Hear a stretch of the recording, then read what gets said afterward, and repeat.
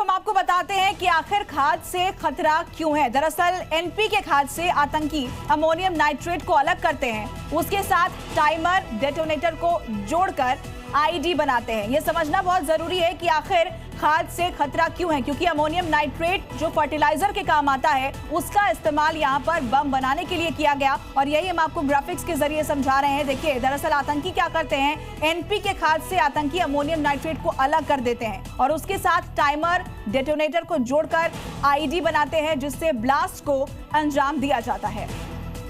Delhi blast करने वाले आतंकी उमर और उसके साथियों का अल फलाह यूनिवर्सिटी से गहरा ताल्लुक था। फरीदाबाद में बनी ये वो यूनिवर्सिटी है जिसकी चारदीवारी के अंदर डॉक्टरों ने ऐसी साजिश रची जिसने देश की राजधानी को हिलाकर रख दिया। हालांकि इसकी भनक यूनिवर्सिटी के आसपास के इलाकों को भी नहीं लग पाई।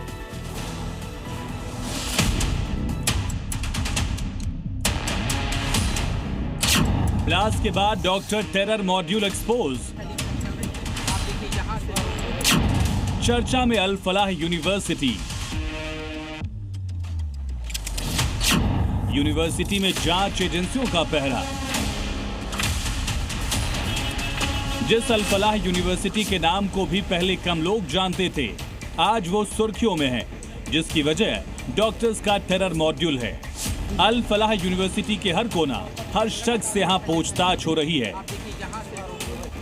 दिल्ली पुलिस के अलावा हरियाणा पुलिस, यूपी पुलिस और जांच एजेंसियां पूछताछ में जुटी हैं। यही शाही मुजम्मिल और उम्र और शाहीन को पता था कि इसी यूनिवर्सिटी के मार्फत ही इस दहशतगर्दी के जो रास्ता है उसको आगे तक ले जाया जा सकता है, और यही कारण है कि जो विस्फोटक बरामद हुआ था, जो मुजम्मिल ने विस्फोटक रखा हुआ था, यहाँ से मात्र 500 मीटर की दूरी पे था, और जो I-20 गाड़ी का प्रयोग उम्र ने ब्लास्ट में किया है, उस गाड़ी को बाकायदा इसी यूनिवर्सिटी से बाहर निकलते हुए देखा जा सकता है। और जो नया CCTV सामने आया उसमें 30 अक्टूबर को अल फलाह यूनिवर्सिटी में I-20 कार नजर आई थी।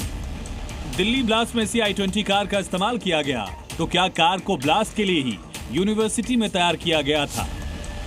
30 अक्टूबर को CCTV फुटेज जो सामने आया है उसमें साफ तौर पर देखा जा सकता है कि वही I-20 गाड़ी जिसका दिल्ली ब्लास्ट में प्रयोग हुआ था, वो गाड़ी इसी यूनिवर्सिटी के गेट से बाहर निकलती हुई नज़र आ रही है, अंदर जाती हुई नज़र आ रही है।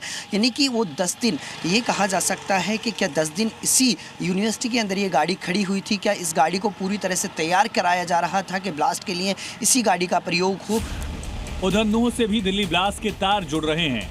आतंकी डॉक्टर उमर, मुजम्मिल और शाहीन ने क्या नूह और यूनिवर्सिटी के आसपास ही ब्लास्ट की सामग्री इकट्ठा की थी? इन सभी पहलुओं पर जांच एजेंसियां काम कर रही हैं। क्या अल फलाह यूनिवर्सिटी में ही दिल्ली में हुए आतंकी हमले की पूरी कहानी लिखी गई, जहां से उमर, आदिल, मुजम्मिल जैसे डॉक्टर डेथ आतंकी मॉडल चला रहे थे? मैडम सर्जन से मशहूर डॉक्टर शाहीन वहां के साथी डॉक्टर्स का ब्रेन वॉश कर रही थी। तो क्या इन सभी साजिशकर्ता डॉक्टर्स का सेफ हेवन अल फलाह यूनिवर्सिटी बनी? फरीदाबाद में इस यूनिवर्सिटी का कैंपस करीब 70 से 76 एकड़ में फैला हुआ है। जहां ये यूनिवर्सिटी बनी वो मुस्लिम बहुल इलाका है। इस यूनिवर्सिटी से हर साल कई डॉक्टर इंजीनियर निकलते हैं, लेकिन यूनिवर्सिटी के अंदर जो देश विरोधी साजिश चल रही थी उसके खुलासे ने सबको हैरान कर दिया। कश्मीर में जैश के पोस्टर लगाने पर जब पुलिस ने डॉक्टर आदिल को गिरफ्तार किया तो उसे पूछताछ में साजिश की एक एक परत खुलती चली गई, और फिर यूनिवर्सिटी का वो स्याह सच सामने आया जिसने जांच एजेंसियों को भी सख्ती में डाल दिया। यहाँ जिहादी सोच वाली डॉक्टर्स का रिक्रूटमेंट किया जाता था। इसे रेडिकलाइजेशन का अड्डा बनाया गया था। यूनिवर्सिटी के 4 से 5 डॉक्टर फैकल्टी जैश के मॉड्यूल का हिस्सा थे। इनका काम विस्फोटक स्टोर करना, रेकी करना, फंडिंग जुटाना था। इतना ही नहीं, हॉस्टल रूम नंबर 13 और रूम नंबर 4 में डॉक्टर डेथ सीक्रेट मीटिंग करते थे।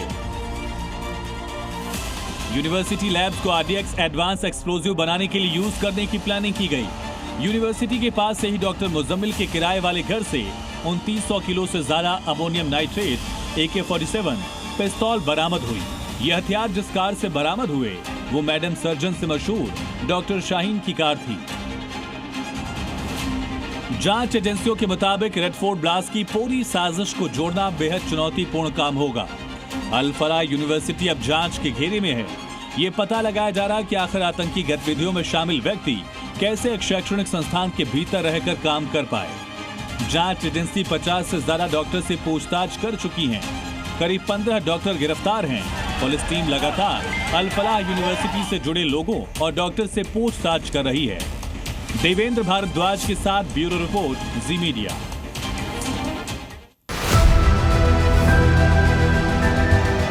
There has been a lot of debate. What is the true meaning of Dhamma or Dharma? आत्मा और परमात्मा के बीच सनातन सेवा का संबंध कायम रहेगा, इसी को कहते हैं सनातन धर्म। Whenever you believe in something, your belief system that works, and then the nature helps. Things may change in my life, but this relation will never change and no power can hinder. Why God fear? क्या हम fear की वजह से परमात्मा से प्यार करें कि नहीं तो वो दंड दे देगा हमको?